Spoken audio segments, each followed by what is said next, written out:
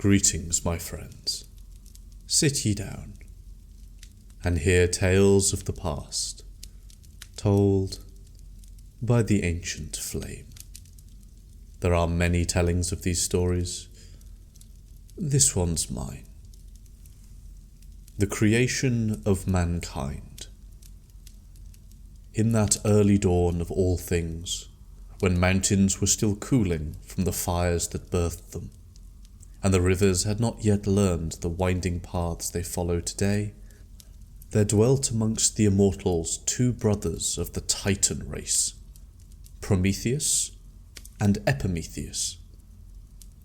Now it came to pass that after the gods had set the earth upon its foundations, and draped it with sea and sky, they desired also that the lands should be filled with living creatures, each fashioned according to its own nature.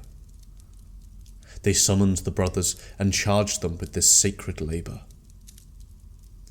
Epimetheus, eager to please and thinking no ill of the task, begged his wiser older brother to allow him to distribute the gifts. And Prometheus, who trusted in Epimetheus's goodwill, though not in his judgment, agreed at length, saying only, "See that you leave enough for those who come after." But Epimetheus, carried away by the joy of creation, scarcely heeded him. And so Epimetheus began at his work. Before him lay a great store of gifts, each shimmering like sunlit mist. From those he chose with freely given generosity. To one creature he granted swiftness of foot, so it might flee from danger. To another he gave claws and sharp teeth, that it might hunt and defend itself. Some he clothed in thick hides against winter's bite, whilst others he covered in feather or fur, that they might walk the earth or glide through the air with careless ease. To the creatures of the forest he gave keen hearing. To those of the plains he gave nimble limbs. The great beasts received strength, and the smallest insects were armed with stings and poisons. None were forgotten, for Epimetheus moved among them with delight, his eyes bright with the wonder of shaping and life, all according to its need. Yet as he bestowed these gifts, he failed to reckon how swiftly they diminished. Like man scattering seeds in rich soil, he gave freely without counting, and the store of blessings grew thin. Still he pressed on, for he wished each creature to thrive, and his heart, though easily misled, meant only kindness. But the day came when the last of the creatures had received its share, and Epimetheus looked upon his work with pride. The forests rustled with movement, the rivers teemed with life, and the wild plains echoed with the voices of beasts now armed with the means to endure the turning of every season. It was only then, as the echoes of creation faded, that Prometheus approached and asked, "Brother, what remains for mankind, the one race I am soon to shape?" Epimetheus turned to the empty coffer, and his face grew troubled, for at last he saw what he had overlooked. All gifts had been given. Strength, swiftness, claws, fangs, fur, flight, cunning, stings, shells, scales. Every boon in the immortal store had been spent. And thus mankind, not yet fashioned, stood waiting for a world that had no gift left to offer. When Prometheus beheld this, he sighed, for he had known in his heart that something of this sort may very well come to pass. Yet he did not rebuke his brother, for Epimetheus, though foolish, had loved the creatures he had adorned, and the earth bloomed with living beauty because of his hand. "Very well," said Prometheus, "I shall find another way." As the creatures of the field and forest took their first trembling steps beneath a new sun, a great emptiness lingered upon the earth. For all their colour and cunning, the beasts lacked one thing. Not one of them could look upwards and wonder. Not one could ponder the turning of the seasons, or the secrets of fire, or the meaning of the stars that shone like watchful eyes in the night.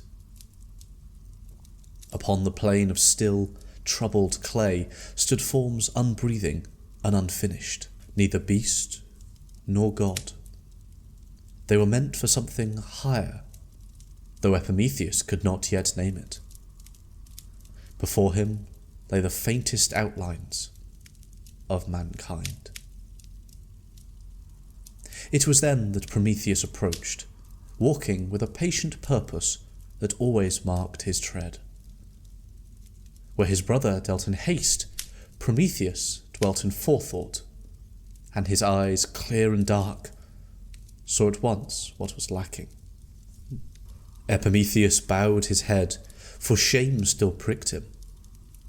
"I did what seemed right in the moment," he confessed, "but I did not look ahead.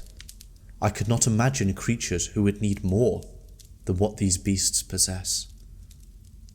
"You saw only the world as it is and as it was," said Prometheus gently.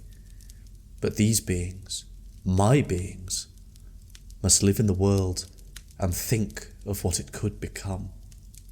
Prometheus knelt beside the silent clay form and examined them with the care of an artisan studying a stone from which a statue longs to emerge. The limbs were slight, the hands delicate, and the body is without fang and without talon.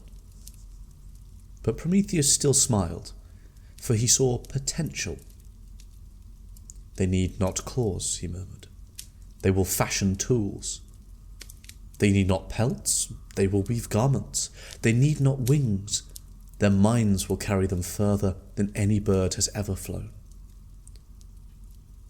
What they require is a spark, something that dwells in even the gods, the fire of thought, the fire of will." Epimetheus glanced at him. "You speak of a dangerous gift." "All gifts are truly dangerous," Prometheus replied. "Fire burns, yet it also warms. Knowledge wounds the ignorant, yet it frees the wise. If these beings are to walk and to gaze at the heavens, they must know the divine light." And so, whilst his brother watched in uneasy silence, Prometheus set about his labour. He shaped the clay, lifting the head so that the eyes would look forward instead of downwards. He strengthened the hands, fashioned the tongue to form words and the throat to carry song. He leaned in close and breathed upon them not merely air, but intention. Into them he whispered curiosity, the ache to explore, and the longing to create and to know. Epimetheus stepped forward. "Brother, think well before you do this. Zeus will not forgive you lightly." Prometheus answered with a quiet smile. "Let him judge me as he will. I cannot leave these beings helpless, fated to crawl in the mud. If the gods will not give them a gift, then I will take it."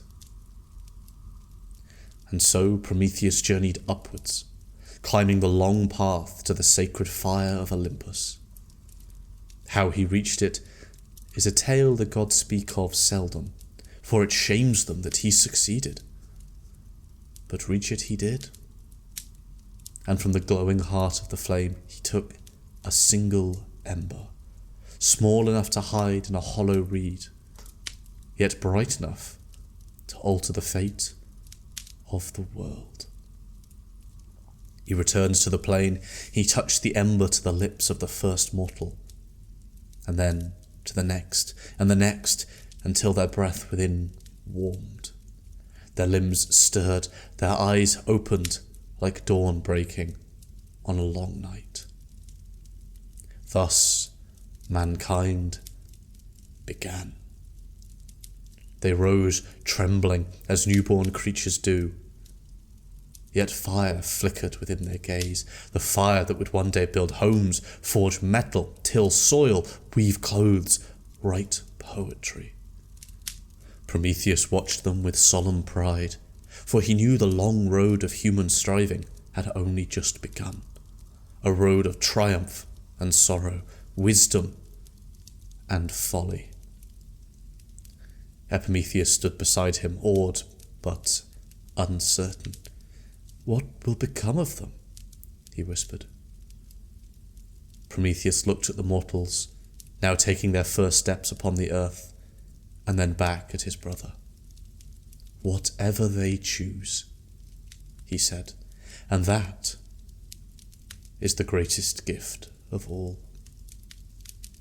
Yet even as he spoke, the winds upon Olympus had shifted, as though stirred by some distant anger.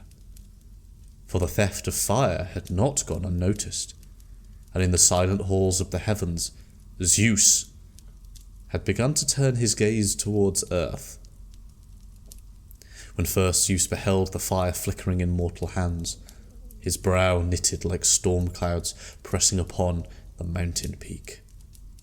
He looked down from his heights and saw villages lit by embers stolen from the heavens, saw men baking clay into bricks and shaping bronze in shimmering forges, saw them sharpening blades and carving shelters against the cold winds. And in their eyes he glimpsed something new, something different. Confidence, a spark of independence, a boldness that had not been asked for, and for which the king of the gods had certainly not granted. "Prometheus," Zeus thundered, "son of a cunning mind, what mischief hast thou wrought?"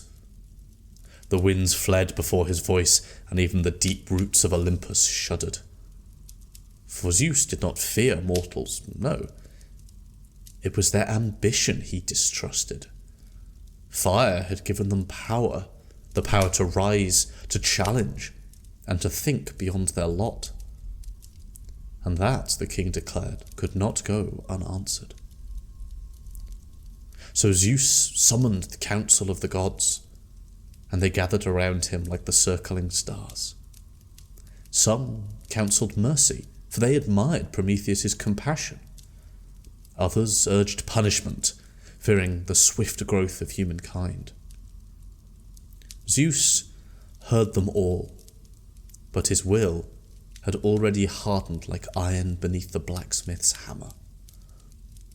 From that council came two dooms, one for Prometheus and one for the race he so cherished. For Prometheus himself, Zeus prepared a torment, cruel and unceasing. The Titan who had shaped man with gentle hands and gifted them divine flame was seized by force. He was carried to the edge of the world, to a lonely crag where no mortal foot would ever tread.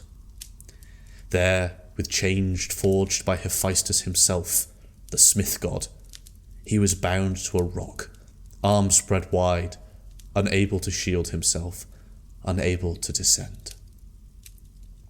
And each day as the sun rose, burning over the world he had helped awaken, a great eagle descended upon him, its wings beating like the drums of war.